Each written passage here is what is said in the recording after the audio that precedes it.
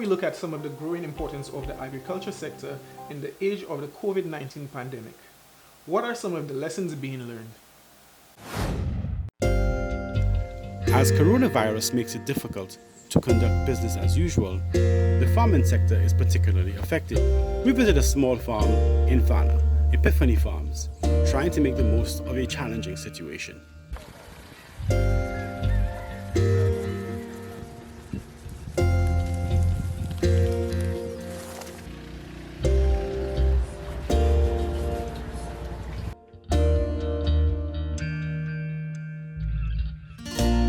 Marquis Farm in Vanna? Yeah, Epiphany Farms here in Vanna. Epiphany Farms. Mm-hmm. Okay, where exactly is Vanna Oh, okay. It's actually like midway between Roseau and Cul-de-sac, right by the base of the Sarod Bridge. They're still producing peppers, but we're getting ready to plant a few more back there where you see the drip irrigation. And we want to experiment a little bit more. My part of this thing mostly is experimentation and putting what works into motion. So, and he's infrastructure man. My thing is basically infrastructure. Just setting up the grounds, putting all the mechanics in place and stuff like that, and then letting her do her thing. She's the one with the green thumb, not me.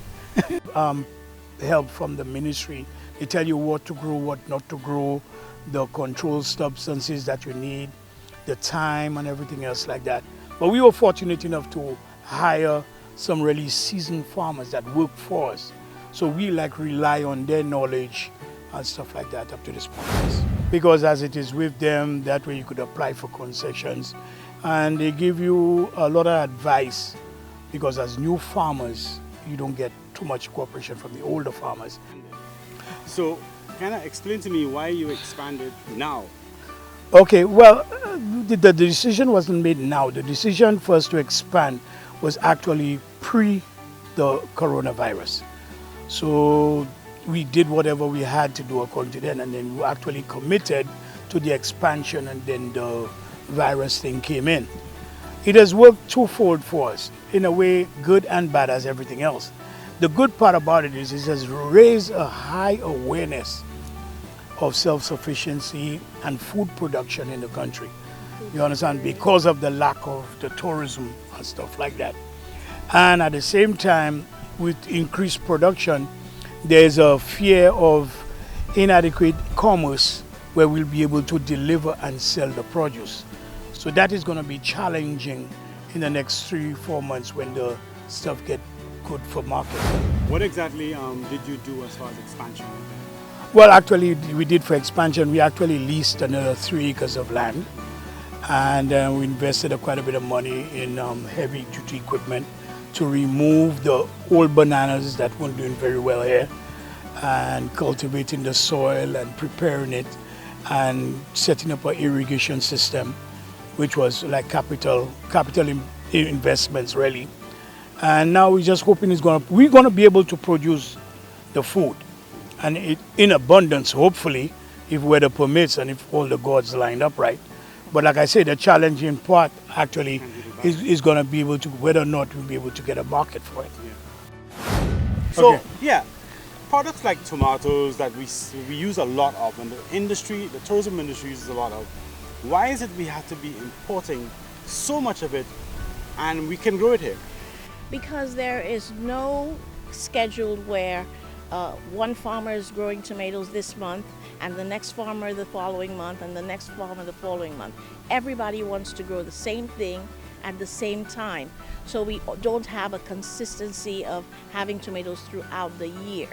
We don't come together enough as farmers to say, okay, this month my farm is going to do this, say tomatoes or potatoes or whatever, and your farm can do this. We don't have a cooperation that way. Yeah. So until we're able to develop that where farmers are working together in order to have a consistency in crops, there will be this glut and a reduction of pricing by the people buying the produce. This is the time for the farmer.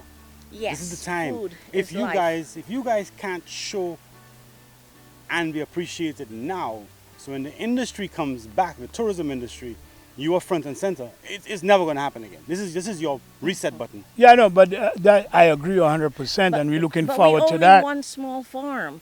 This has to be a countrywide effort in order to be able to make food as important as tourism or any other venue we have in St. Lucia.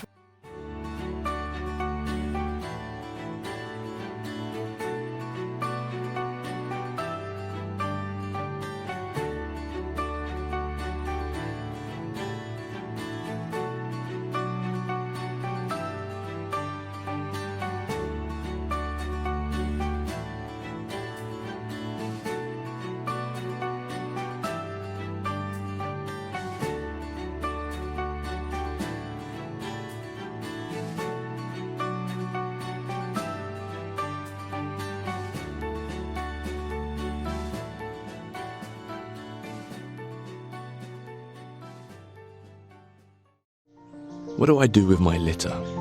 Do I drop it in the street, adding to the millions of pieces dropped every day? Or am I the one in 4 of us that carefully litters, leaving it somewhere that's just not a bin?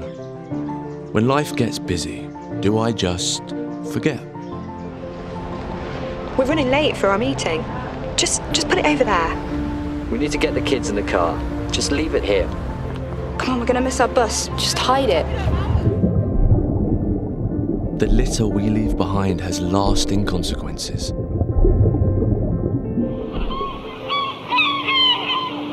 No more rubbish excuses. Keep it, bin it.